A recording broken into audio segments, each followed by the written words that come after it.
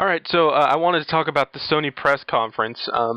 I thought overall Sony had the best press conference of the three major console developers, and I think they have the most to look forward to coming out within the next year or so, and probably by this holiday. And even despite the PSN outage that happened for like a month, that huge deal about data being stolen. I mean, I was affected. I don't know if my credit card was compromised, but my data was stolen. So, there was that whole ordeal that honestly had me considering getting rid of my PS3. And as it is, I'm late to the PS3 bandwagon, but I think I'm going to hold on to it for now.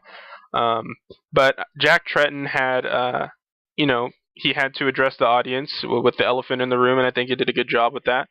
They talked about the loyalty of a lot of Sony followers, and it seems like a lot of people are still going to stay loyal to Sony, and hopefully that doesn't bite the consumer in the ass later. Because truthfully, Sony does put out a lot of good stuff, but we'll see how that all goes. But right off the bat, Uncharted 3. Holy shit, does that game look awesome. I've played the first two. I absolutely love those. I mean, those two games, Uncharted and Uncharted 2, were some of the main reasons why I wanted a PS3. And that and Heavy Rain, but Uncharted is just amazing. I mean, it plays out like a movie, but you're in the game. The shooting, the voice acting, the animation, all of it. I mean, that whole package that Naughty Dog puts together called Uncharted is just amazing, and I'm really looking forward to the next one and seeing how it looks. I mean, the ship demo was awesome. It showed off the dynamic lighting, the graphics, some of the motion capture, and I thought the finishing move that Nate does, where he gets up close with close quarters, and then he pulls the grenade pin and then kicks them away, and then they explode. I mean, I thought that was awesome.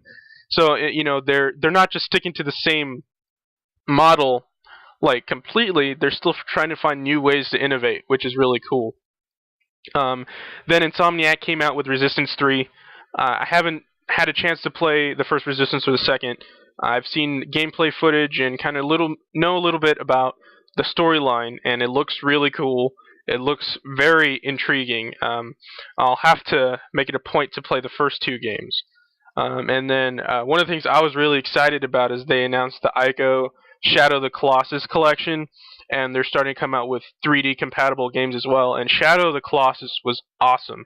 I've heard rumor or I've read that they're going to be making another Shadow of the Colossus, so I'm really pumped about that. And I'll definitely be buying this collection as soon as it comes out. Because Shadow of the Colossus was awesome. I didn't play Ico, but I mean, if you get two games in one, why the hell not? And right off the bat, they started pushing the 3D context. They demoed the game in 3D at the conference in the hall. Obviously, if you watched it on computer or on TV, it was 2D, which is fine by me because I don't have a 3D TV. But they announced I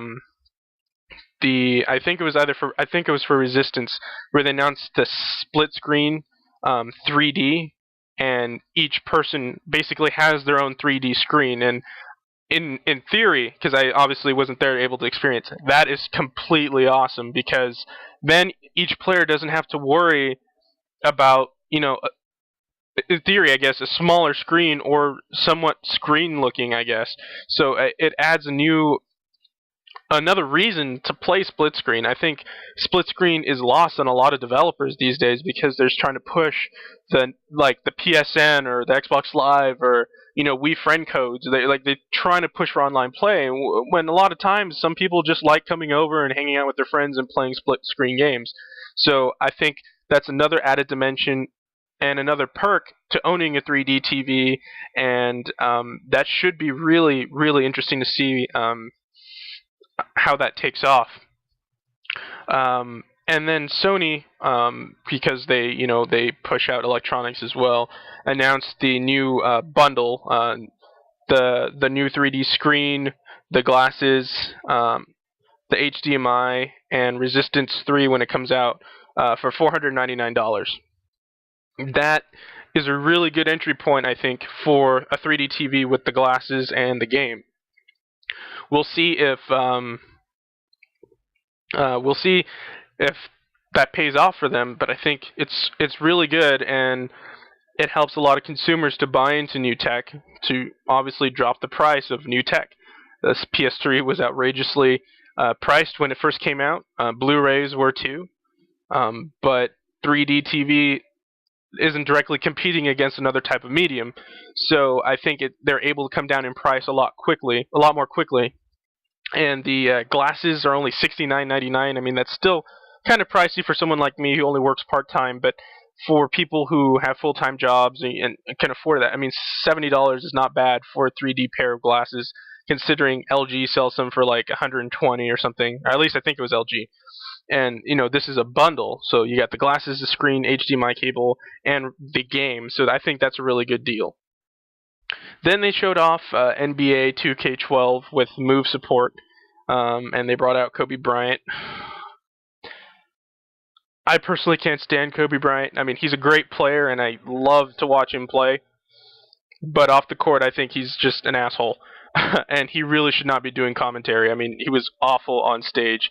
But the game itself looks really good. I mean, the last few NBA 2K titles have looked really awesome, and it looks like they're going to stick with that.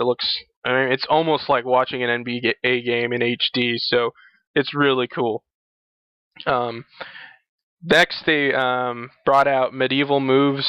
I don't remember who is developing that, but it was pretty much a tech demo. It's kind of like that Crytek Rise, at least that we saw in Microsoft's press demo, but this one is actually playable on stage, one-to-one motion using the PlayStation Move.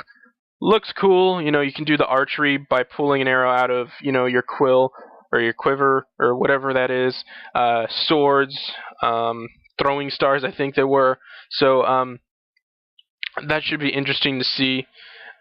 I think a lot of like casual gamers will probably end up picking that up, and it looked like a puzzle game too, so that is pretty cool. Then they announced Infamous 2 that just came out. Starhawk looked awesome. Basically, from what I gathered from the trailer, is it's going to be another Borderlands, which everyone is looking forward to. So I'll definitely be keeping an eye out for information on Starhawk. Then they announced another Sly Cooper, which will bring a lot of happy faces to Sony fans who liked the Sly Cooper series on the PlayStation 2. And I'm really looking forward to those. I played a couple of those. Didn't beat them, but they were a lot of fun. One of the coolest things that they announced was Dust 514. And that's put out by the guy who by the company who developed EVE Online.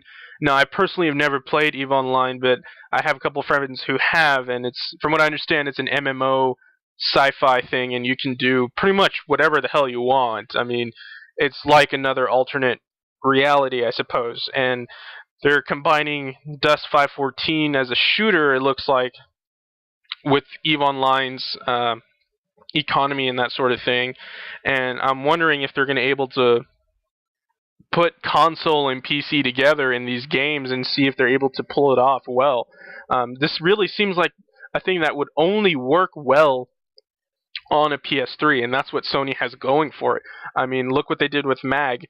Mag was a huge, huge game. I think you can have like up to 120-something players in one game, organized into clans and squads, and there's a lot of potential for Dust 514. It looks epic.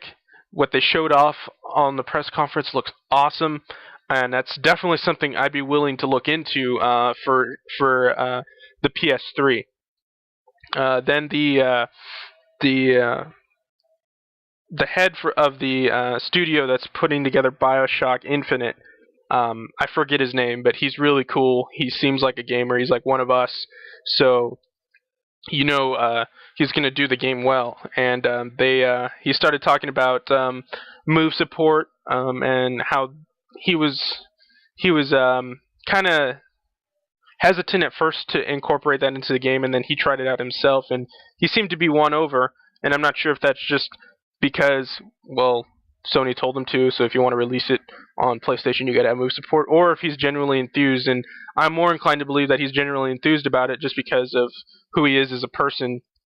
So we'll see how that comes out, and maybe we'll see Bioshock on their next portable.